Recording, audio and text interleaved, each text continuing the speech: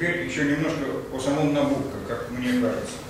Значит, вот я насчитал 14 пунктов, имеющих отношение к Набукко, как к многофакторному такому эксперименту, который содержит в себе противоречащие друг другу факторы.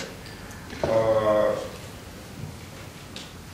есть нужно решить задачу, где уравнений мало, а они известны больше, чем уравнения. Это такая трансцендентная задача, которая очень трудно решается в математике. Вот, значит, я насчитал 14 пунктов. Для Набукко нужен газ Туркмении. Второе. Туркмения даст свой газ, если найдутся средства построить транскаспийский газопровод. Транскаспийский газопровод можно будет построить, если будет достигнуто примирение в отношениях между Азербайджаном и Туркменией.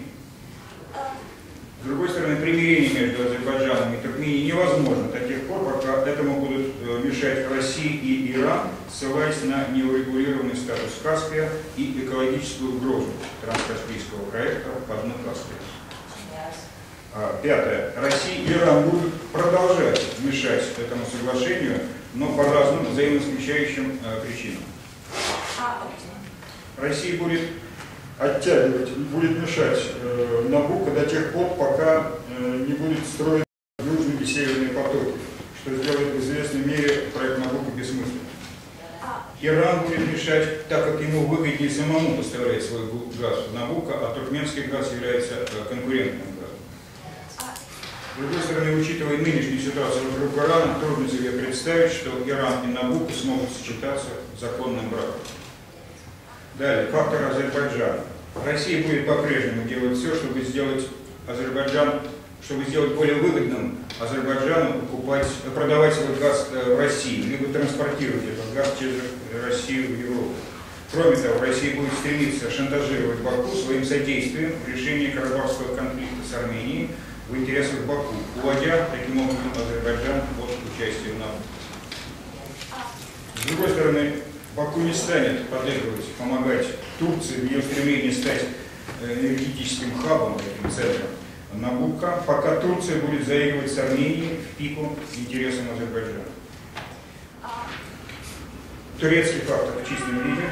Европа сама не захочет стать заложником турецких амбиций. Кроме того, существующая нестабильность на востоке Турции, связанная с курдской проблемой, будет мешать осуществлять Набукко.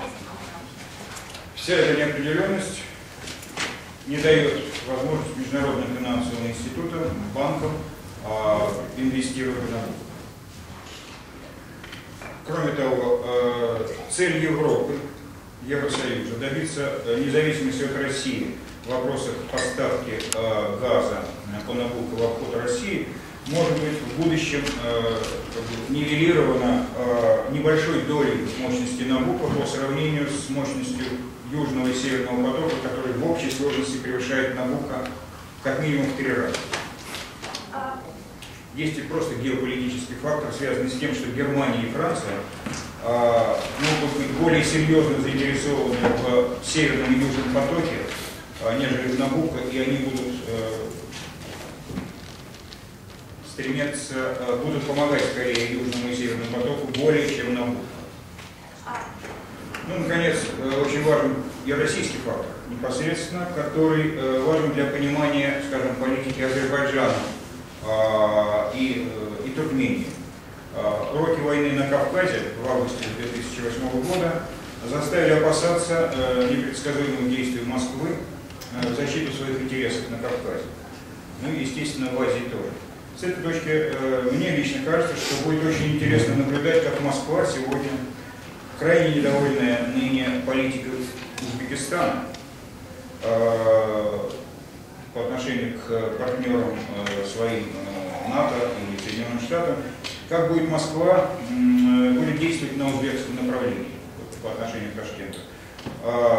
Просто надо понимать, что в Центральной Азии каждая из стран очень нервно, очень напряженно следит за тем, как реагирует, что делает Россия по отношению к своему соседу.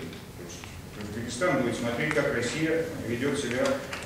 Туркмения будет смотреть за тем, как реагирует Россия на Узбекистан. От этого очень многое зависит.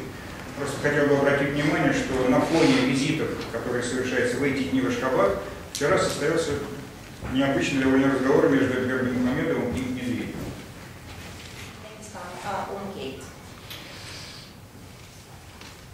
Последний. Могу предположить, что этот разговор телефонный между Бердымухамедовым и Медведевым имеет отношение еще и к тому, что сегодня в Москву приезжает новый президент Украины Янукович. Я не могу исключать того, что в Москве строить новые отношения с Украиной, в частности, по энергетическому тренду, направлению, будет еще исходя из того, что может быть более выгодно, что может быть снова можно будет вернуться к проекту транспортировки дополнительных объемов газа из Центральной Азии через Украину, от чего Москва отказывалась все последние годы при предыдущем руководстве Украины. В связи с этим, возможно, возникнет, скажем, проблема. Возможно, Москва захочет отказаться вообще даже от Южного потока, который очень дорогой. Как известно, стоимость его превышает раза в 2,5 на Буг.